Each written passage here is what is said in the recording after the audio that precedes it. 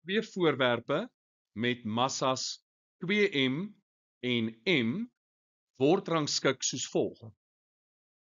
Watter een van die volgende veranderings sal die grootste toename veroorsaak in die gravitasiekrag wat die een massa op die ander uitoefen?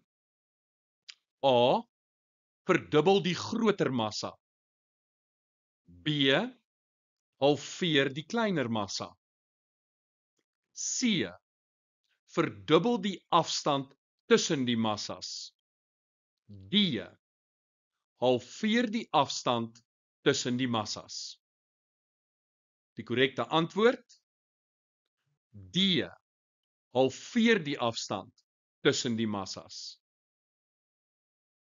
Op jou formuleblad het jy hierdie formule wat daarop dui dat gravitasiekrag direk eweredig is aan die produk van die massas, maar omgekeerd eweredig aan die kwadraat van die afstand tussen die massas.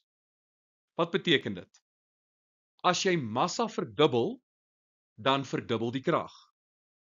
Maar as jy die afstand halveer, dan word die krag vervierdubbel.